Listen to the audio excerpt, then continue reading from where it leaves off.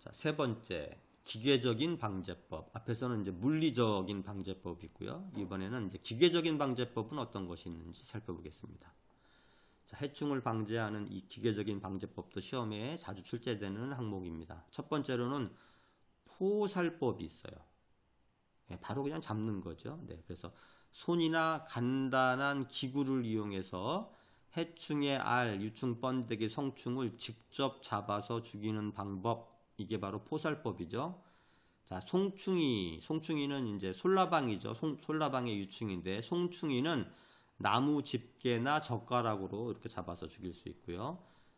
깍지벌레류는 밀랍의 충체를 솔로 이렇게 문질러서 제거하는 게 효과적입니다. 복숭아 유리나방 유충은 철사를 이용해서 이렇게 찔러서 죽이는 이런 방법들을 쓰고요.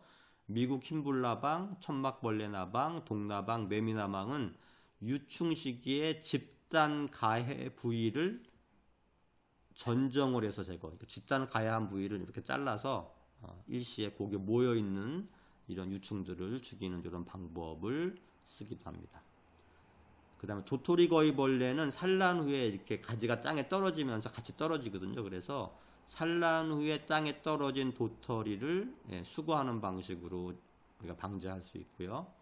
주홍날개 꽃매미, 매미나방, 밤나무 왕진딧물, 천막벌레나방은 겨울철에 이 알덩어리를 제거하는 방법으로 직접 포살법을 통한 방제를 할 수 있습니다. 그래서 이 포살법은 중요한 게 어쨌든 직접 잡아 죽이는 방법이다. 이렇게 이해를 해주시면 좋겠습니다. 두 번째는 유살법이에요. 유살법. 자, 이 내용은 해충의 특수한 습성 및 주성을 이용합니다. 해충의 좀 특이한 습성 또는 주성들이 있는데 이걸 통해서 방제하는 방법을 유살법이라고 합니다. 자, 유살법의 종류에는요, 첫 번째, 잠복장소 유살법. 자, 나방류의 유충은 월동 시기에 잠복소를 설치해서 유인해서 봄철에 제거하는 이 잠복장소를 만들어서 거기서 유살하는 방법. 이러한 습성을 이용해서 제거하는 방법이 잠복장소 유살법입니다. 최근에 이 천정류까지 같이 제거되는 이런 문제가 있어서 최근에는 그렇게 권장하고 있지는 않는 방법입니다. 두 번째는 번식장소 유살법이 있습니다. 자, 청공성 해충, 구멍을 뚫는 해충이 쇠양목 목질부에 산란하는 습성을 이용해서 유인목을 설치한 후 성충이 우하기 전에 박피하고 태워서 방제를 하는 방식입니다. 이 번식장소를 이렇게 미리 만들어 놓고 거기에서 방제하는 방법, 이게 이제 번식장소 유살법입니다. 세 번째, 등화유살법. 등화유살법은요, 유화등 아래에 등 밑에다가 살충제가 희석된 물통을 놓고요, 주광성이 강한 나방류의 해충을 유인해서 방제하는 방법, 이거를 등화유살법이라고 합니다.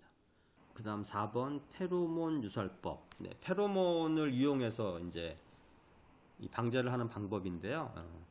대상 해충만 페로몬에 반응하기 때문에 그걸로 유인을 해서 이 친환경적으로 방제를 할 수 있습니다. 하지만 피해를 주는 이 유충 시기에는 방제 효과가 별로 없기 때문에 성충이 돼야 이게 이제 페로몬 유살법으로 할 수 있거든요. 그런 한계가 있다.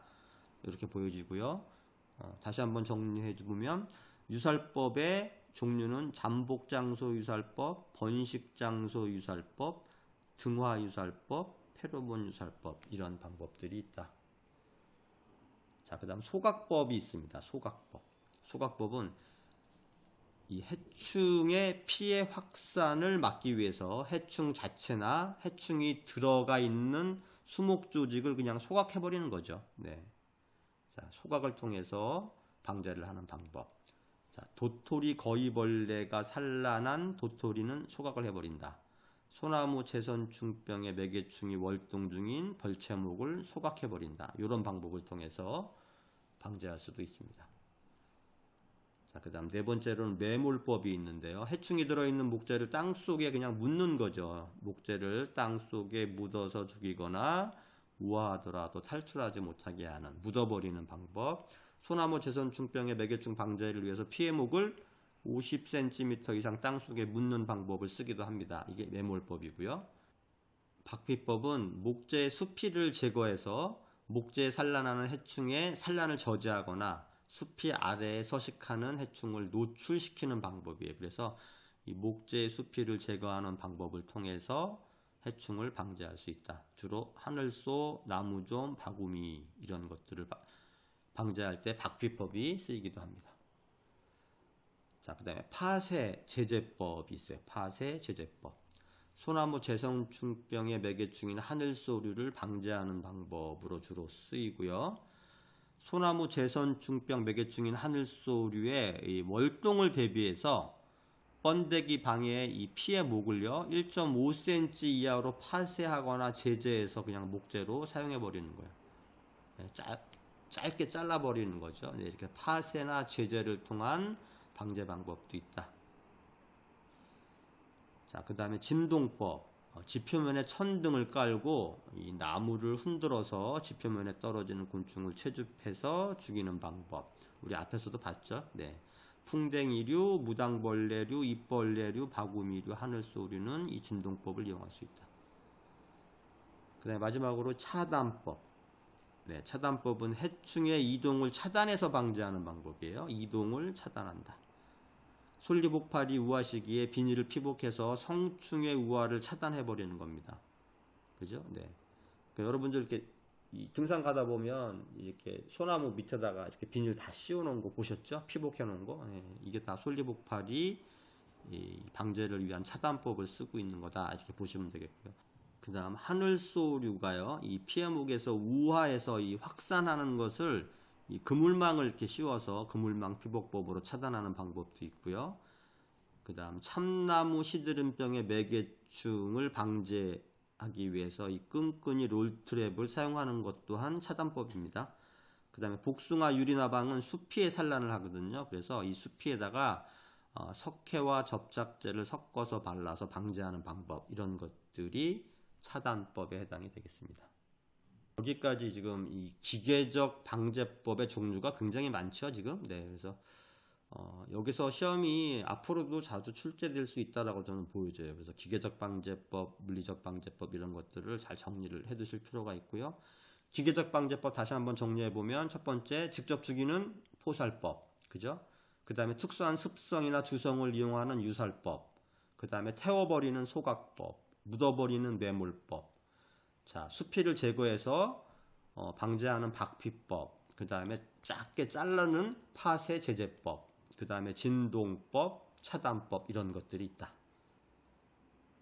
자, 그 다음 5번 생태적인 방제법을 살펴보겠습니다.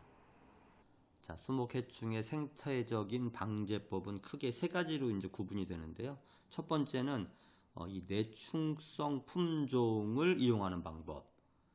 이 생육 환경의 개선 또한 해충을 방지하는 이런 이제 방법이 될 수 있고요. 그 다음에 세 번째로는 숲 가꾸기, 숲을 전체적으로 좀 정비를 해주면 그나마 해충이 조금 더 밀도가 좀 줄어들 수 있다, 이런 의미입니다. 자, 그러면 생태적 방제법의 내용을 보면요, 먼저 내충성 품종을 이용하는 겁니다. 수목이 원래 수목의 해충을 방어하는 능력을 가진 이런 수목들이 있어요. 이런 수목을 이용하면 생태적으로 방제할 수 있다, 이런 의미입니다.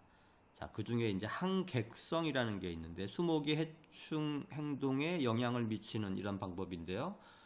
센털, 털, 경피조직 같은 수목의 형태적 특성이나 기피물질 발산 등 저항성 있는 수목을 선호하지 않게 해서 애초에 그냥 이 수목으로 인해서 정착 밀도를 낮추는 방법, 이런 것들이 항객성이 되겠고요. 두 번째는 항생성이라고 하는데요. 수목이 해충의 생리에 영향을 미치는 거예요. 예를 들면 수목의 2차 대사 물질에 의한 어떤 독소나 생장 저해 물질 이런 것들이 분비가 되면 해충이 안 모이겠죠. 이런 방법을 통해서 해충을 방지하는 게 항생성을 이용한 방법이고요. 그래서 수목의 2차 대사 물질인 독소, 생장 저해 물질과 같은 화학적 특징이나 수목의 과민 반응, 털 등의 형태적인 특성을 이용해서 방제하는 방법을 항생성이라고 하고요. 예를 들면 이 솔리복파리가 리기다 소나무에서는 생존율이 저하가 돼요. 그래서 리기다 소나무를 좀 많이 심으면 솔리복파리를 방제할 수 있다, 이런 의미인 거죠. 세 번째로는 뇌성이 있는 품종을 선택하는 거예요. 그래서 해충이 가해를 해도 수목 생육에 전혀 영향을 받지 않는 이런 우수한 형질의 수목을 심어서 해충을 미연에 방제하는 이런 방법들이 뇌충성 품종을 이용한 방제 방법이다. 네, 그리고 두 번째로 생태적 방제법에는 이 생육 환경을 개선하는 방법도 있습니다. 먼저 이 생육 환경을 개선해 주고요. 적절한 양분을 공급해 주고 또 중간기주를 제거해서 수목의 수세를 건강하게 유지하면 이 내성이 높아지기 때문에 이 내성이 높아진 수목에는 병해충이 잘 걸리지 않겠죠. 근데 이러한 생육 환경의 개선을 통해서도 생태적인 방제를 할 수 있습니다.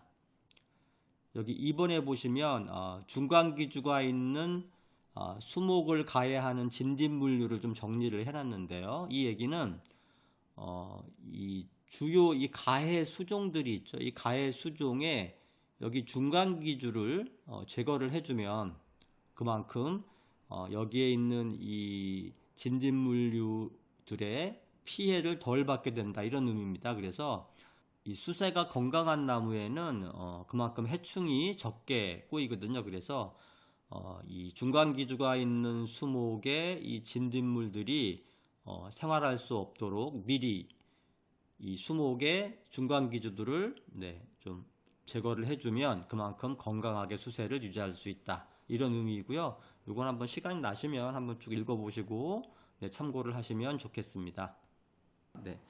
자, 그 다음에 세 번째는 숲 가꾸기의 방법이 있어요. 숲 바닥에 도달하는 햇볕의 양을 일단 증가시키면 숲이 건전해지겠죠. 그래서 생태적 여건이 좋아져서 해충에 대한 내성과 천적 자원이 형성될 수 있습니다.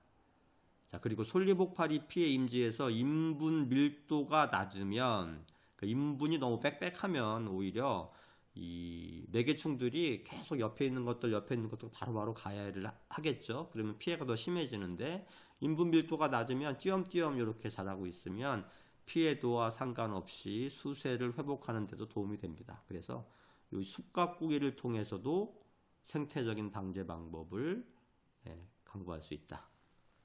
자, 이렇게 세 가지 다시 한번 정리해 볼까요? 생태적인 방법은 뇌충성 품종을 이용하는 방법, 생육 환경을 개선해 주는 방법, 그 다음에 숲 가꾸기를 하는 방법 등이 있다. 이렇게 큰 제목들 위주로만 좀 기억을 해주시면 좋겠습니다.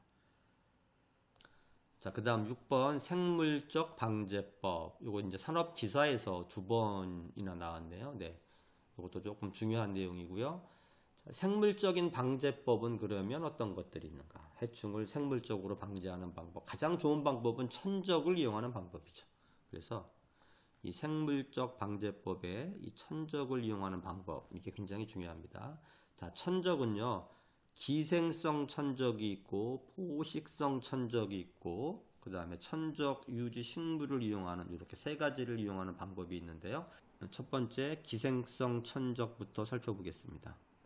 자, 기생성 천적은 해충의 몸 속에 이렇게 산란을 하고요, 성장해서 결국에는 기주인 해충을 죽이는 곤충이죠. 아주 유용한 곤충이죠. 해충의 밀도 조절에 이용할 수 있고요.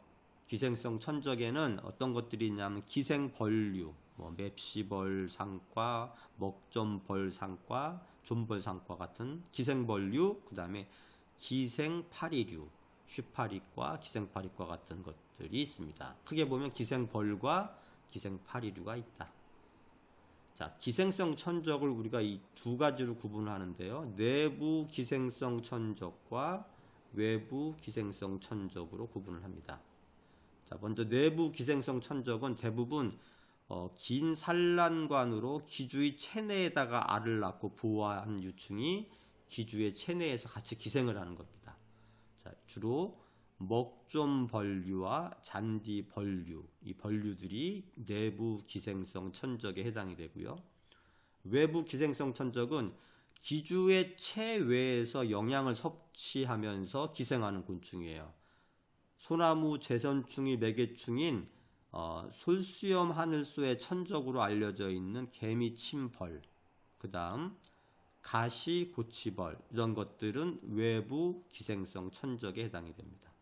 네, 그리고 그 밑에는 이제 실제 사례를 하나 적어봤는데요. 네, 산림해충의 대표적인 천적 적용 사례는요. 네, 이 솔잎혹파리 방제에 이용된 이 기생벌 등이 있습니다.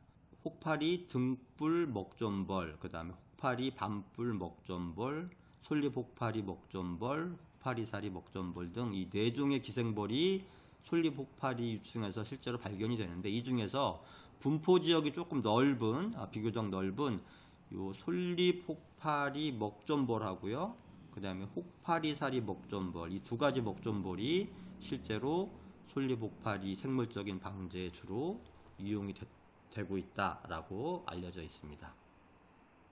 네, 그 다음 포식성 천적을 살펴보겠습니다. 포식성 천적은 해충을 먹이로 하는 생물종을 말합니다. 해충을 먹이로 하는 생물종.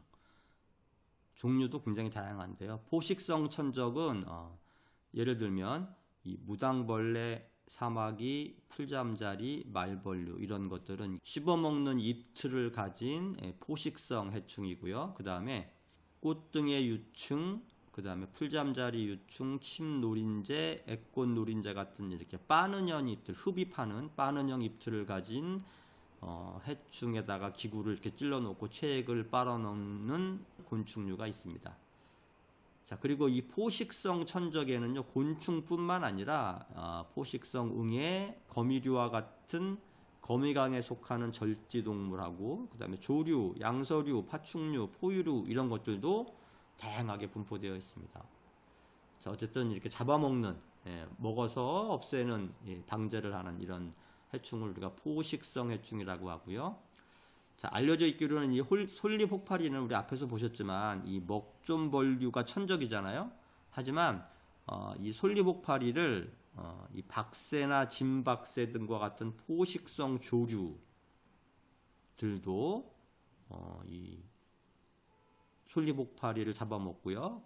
그 다음에 잣나무 납작 잎벌의 천적으로는 토양 속 유충을 포식하는 요 두더지도 있습니다. 그래서 이 동물들도 포식성 천적에 해당이 된다. 그래서 포식성 천적은 굉장히 다양하다, 이렇게 알려져 있습니다. 자, 그 다음 3번째, 천적 유지 식물이 있습니다. 이 천적들이 살아갈 수 있는 이렇게 환경을 만들어줘야 천적이 유지가 되지 않습니까? 그래서 이 천적을 유지하는 식물 또한 중요한데, 이 방제가 성공적으로 이루어져서 해충의 밀도가 낮아지면 먹이 자원이 부족해지면서 천적의 밀도도 같이 감소를 해요. 네, 이렇기 때문에 이 천적을 유지하는 식물이 필요하다는 거고요. 천적의 방사 효과가 감소하므로 천적의 유지 식물이 필요하다. 자, 가로수 식재의 경우에 최근 하부에 다양한 초화류를 식재하는 경우가 많아지고 있으므로 이를 천적 유지 식물로 이용하면 천적의 밀도를 유지해서 천적을 불러오는 좋은 환경을 만들 수 있습니다. 자, 이렇게 3가지 지금 앞에서 보신 천적에는 생물적 방제법 중에 첫 번째 천적에는 기생성 천적, 포식성 천적, 천적 유지식물 같은 것들이 있다. 그 다음 2번 병원성 미생물에 대해서 살펴보겠습니다. 자, 우리가 생태적인 방제법에서 이 병원성 미생물을 이용하는 방법도 있는데요. 자, 내용을 한번 보시면 곤충 병원성 이 미생물은요, 해충의 병을 일으켜서 해충을 폐사시키는 미생물이에요. 그렇기 때문에 생태적으로 이걸 이용해서 방제할 수 있다라는 의미고요. 자, 이 종류는요, 바이러스가 있어요. 바이러스, 그 다음에 세균, 곰팡이, 원생동물, 선충 등을 이용해서 우리가 이 생물적인 방제를 할 수 있다, 이런 의미고요. 첫 번째 바이러스 보겠습니다. 이게 이제 시험에 나왔었는데요. 시험에 나온 내용은 이제 이 부분입니다. 곤충에 대한 병원성을 가지고 있는 바이러스는 여러 종류가 있지만 해충 방제에 주로 이용되는 핵다각체 바이러스, 그러니까 해충 방제에 이용되는 바이러스의 이름을 쓰시오. 가로 열고 핵다각체 바이러스와 과립형 바이러스는 기주세포에 관해서 복제하는 버큘로 바이러스에 속한다. 자, 그럼 여기서 요 문제를 준 거예요. 가로 열고 핵다각체 바이러스, 과리병 바이러스, 요 가로를 채워 넣으시오. 그러니까 여러분들이 이제 이런 형태로 실제로 시험에 나왔었기 때문에 요 부분을 여러분들이 생물적인 방제법 중에 병원 미생물을 이용할 때 바이러스의 종류는 어떤 게 있느냐 이렇게 물어본 거죠. 네. 자, 먼저 핵다각체 바이러스는요. 내용을 보시면 대부분의 나비목 유충을 기주로 하나 일부 입벌류나 파리목에도 감염을 일으킵니다. 주로 경구 감염을 통해서 중장내 소화액에 용해가 되고요. 기주세포에 침입을 해서 지방조직이나 기관 피막조직, 근육, 진피, 경구, 신경 등 감수성 조직에서 증식이 돼요. 자, 그러면서 감염된 유충은요. 여기에 감염된 유충은 3에서 10일경에 죽으면서 미라 형태로 축 늘어져서 식물체에 거꾸로 이렇게 매달리게 됩니다. 이게 핵다각체 바이러스고요. 두 번째로는 과립병 바이러스가 있죠. 과립병 바이러스는 주로 나비목 유충을 기준으로 하고요. 경구 또는 경란 감염을 통해 침입합니다. 경구 또는 경란 감염을, 그러니까 알이죠. 네, 알을 통해서 침입을 하며 지방조직, 장관, 피막 등에서 증식을 합니다. 그리고 환경 조건에 따라서 다르지만 감염 후 4일에서 25일 정도의 해충이 폐사하는 효과가 있습니다. 병이 진전되면 유충의 색이 연해지는 경향이 있어요. 이게 과립병 바이러스의 특징입니다. 자, 밑에 보시면 이제 곤충 병원성 바이러스의 활력은 저온에서 비교적 장기간 유지되는 특징이 있고요. 자외선에 의해서 활성이 낮아지게 됩니다. 또한 바이러스의 종류, 계통, 접촉량 등에 따라서도 기주곤충의 감수성에 많은 차이가 발생하는 특징이 있습니다. 곤충 병원성 바이러스는 곰팡이나 세균처럼 인공배지에서 증식이 어렵죠. 그래서 반드시 기주곤충이나 곤충배양 세포에서만 증식이 가능하고요. 온도 등의 환경 요인에 의해서 병원성이 변화하게 됩니다.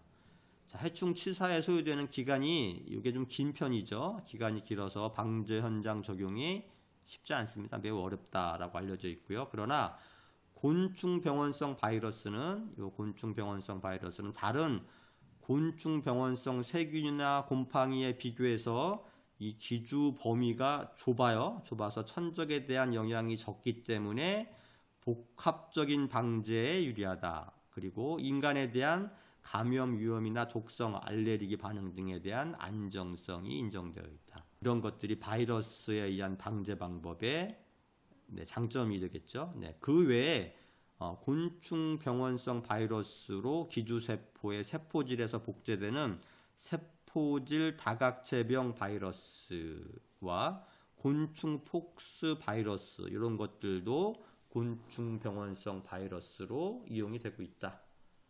이렇게 알려져 있습니다. 자, 그 다음 세균에 대해서 한번 살펴보겠습니다. 자, 병원 미생물을 이용한 방제 방법 중에 두 번째 세균은요. 해충에 대한 병원성을 가진 세균류는 많으나 해충 방제에 상용화된 세균은 이 뇌생 포자를 형성하는 포자 형성 세균류가 대부분입니다. 포자를 형성하는 세균류다. 포자 형성 세균류에는 생육에 적합하지 않은 환경이 되면 뇌생 포자를 형성하므로 세균의 생산, 저장, 사용 시 발생하는 환경 변화에 저항성이 강합니다. 그래서 다른 살충제와 혼용이 가능하고요. 속효성이고 선택성이 있다. 이런 특징이 있죠. 자, 곤충 병원성 세균은 이 체내에서 이 증식을 하면서 이 폐혈증을 일으키고요. 또 독소를 생산해서 병원성을 나타내기도 합니다. 포자 형성 세균 중에서 가장 잘 알려진 곤충 병원성 세균으로는 우리가 청국장 발효하는 이 균인데요. 바실러스. 이게 가장 유명한 균이다. 이렇게 알려져 있습니다. 자, 그 다음 세 번째 곰팡이 살펴보겠습니다. 곰팡이가 이제 또 시험에 한번 나왔어요. 이 기사 시험에서 이 백강균, 녹강균 이제 요 부분하고 습도가 얼마냐 이 부분이 시험에 실제로 나왔거든요. 네. 자, 그래서 이 내용도 한번 살펴보겠습니다. 자, 곰팡이는 해충의 병을 일으켜서 방제에 이용할 수 있는 곰팡이의 종류는 굉장히 많습니다. 기주와의 접촉에 의한 경피 감염을 일으키지만 일부는 곰팡이가 독성 물질을 만들어서 살충 효과를 내기도 합니다. 대표적인 곤충 병원성 곰팡이는요, 해충의 전 생육 단계에 걸쳐서 침입하고 감염된 해충이 이 흰색의 가루와 같은 분생포자를 덮어서 굳어서 죽이는 곰팡이가 이제 해충을 죽이는 균을 우리가 백강균이라고 합니다. 그리고 초기에는 해충의 몸 전체가 흰색을 띠는 포자와 균사로 덮여 있다가 점차 초록색으로 변하는 녹강균이 또 있어요. 그래서 백강균과 녹강균이 있다. 자, 그 다음 곤충 병원성 곰팡이는 기주에 대한 선택성이 크지는 않아요. 하지만 인공배지에서 증식이 용이하다는 특징이 있습니다. 그리고 곤충 병원성 곰팡이의 경우에는 이 분생포자의 발화를 위해서 습도가 필요한데 이 습도가 몇 %이냐 이렇게 시험에 나왔습니다. 90% 이상의 높은 습도가 요구가 됩니다.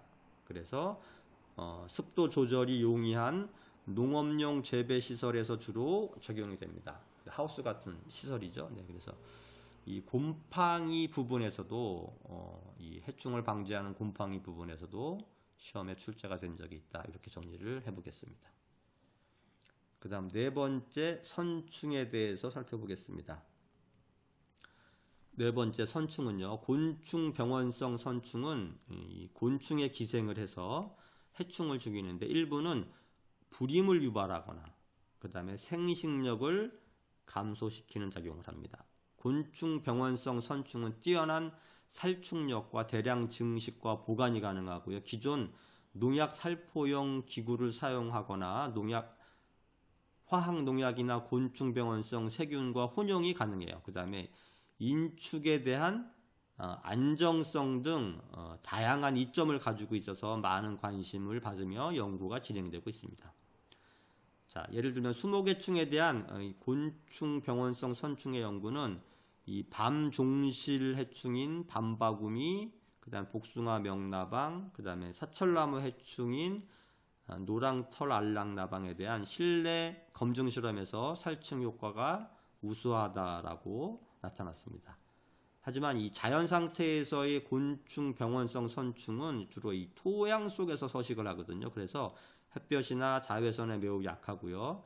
습도가 낮아지면 쉽게 죽는 환경에 민감합니다. 그래서 실제 방제 현장에 적용하기 위해서는 추가적인 연구와 기술 개발이 필요하다. 지금 현재는 그렇게 알려져 있습니다. 네.